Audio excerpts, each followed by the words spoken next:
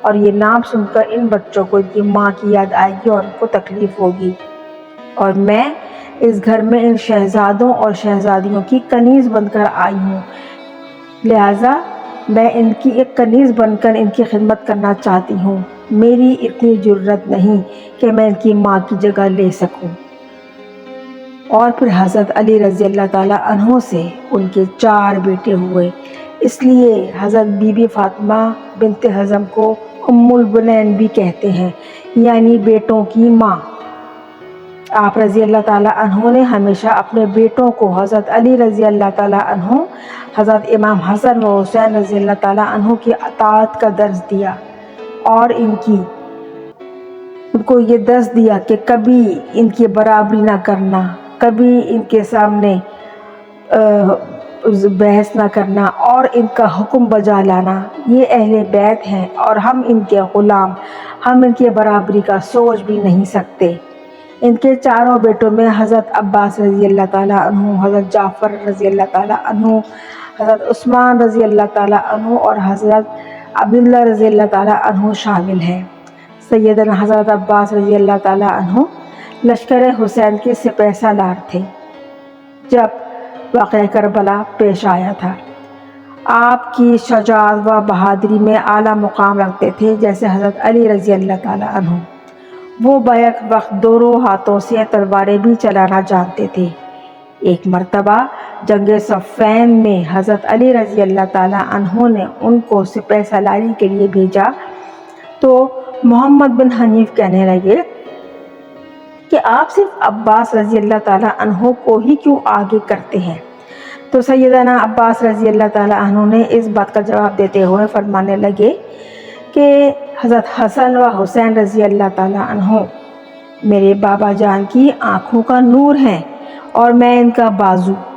اور بازو ہمیشہ آنکھوں کی حفاظت کرتا ہے۔ جبکہ حضرت عباس حضرت امام حسن و امام حسین رضی اللہ تعالیٰ عنہ سے بہت چھوٹے تھے، مگر ان کی بہترین تربیت ہر مقام پر جھلکتی تھی۔ واقعہ کربلا میں جب ایک ایک کر کے لشکر شہید ہوتے گئے تو سیدنا عباس رضی اللہ تعالیٰ عنہ نے حضرت امام حسین رضی اللہ علیہ السلام سے درخواست کی کہ مجھے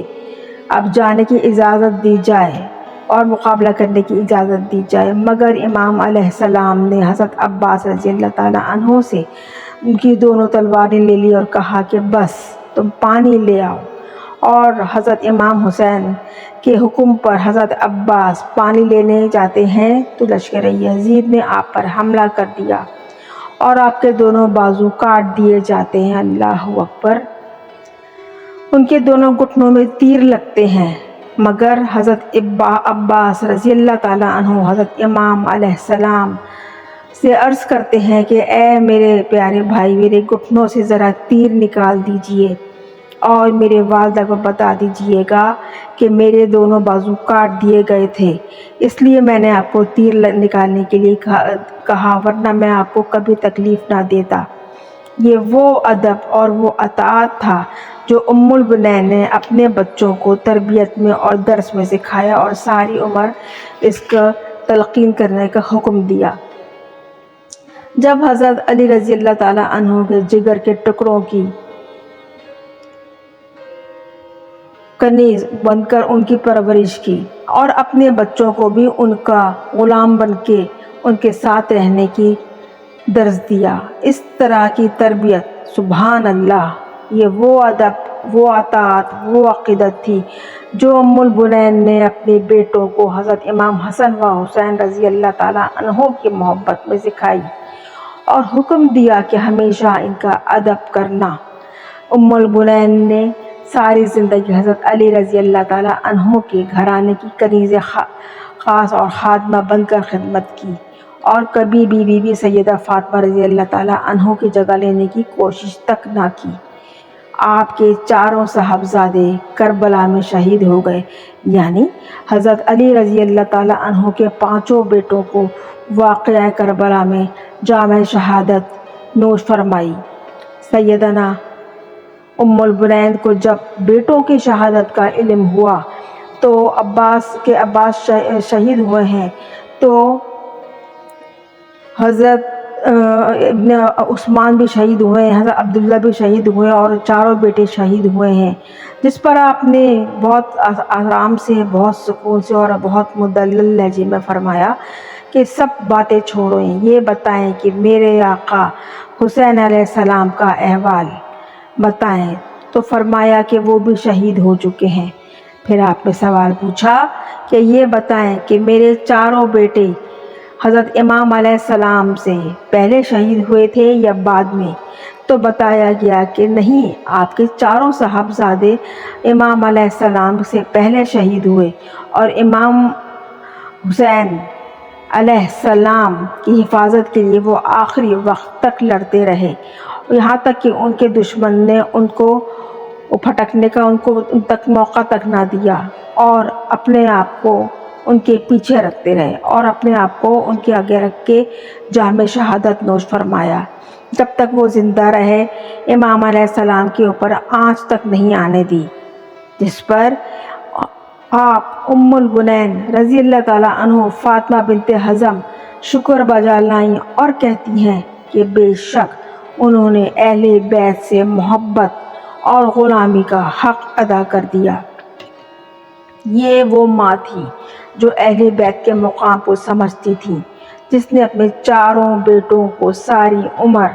اہل بیت کی اطاعت، غلامی، فرما برداری کا درس دیا، اور خود کو اس گھرانے کی کنیز کی جگہ پر رکھا۔ کبھی بھی انہوں نے اپنے آپ کو اس گھر کی مالکہ یا ان بچوں کی ماں یا حضرت علی رضی اللہ تعالیٰ عنہ کی زوجہ کی حیثیت سے اپنے آپ کو نہیں رکھا، ہمیشہ اپنے آپ کو کنیز ہی سمجھا اور کنیز بنا کر رکھا۔ سبحان اللہ۔ اور وہ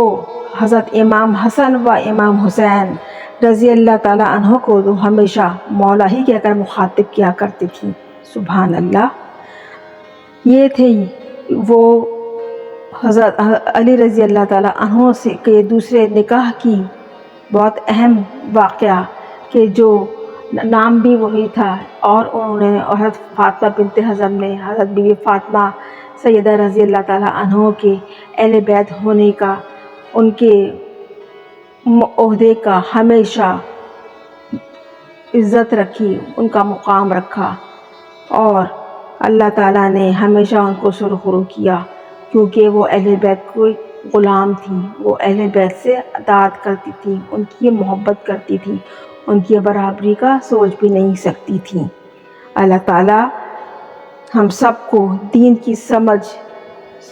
سمجھنے کی اور اس پر عمل کرنے کی توفیق عطا فرمائے۔ آمین ثم آمین۔ سبحان اللہ، جزاک اللہ۔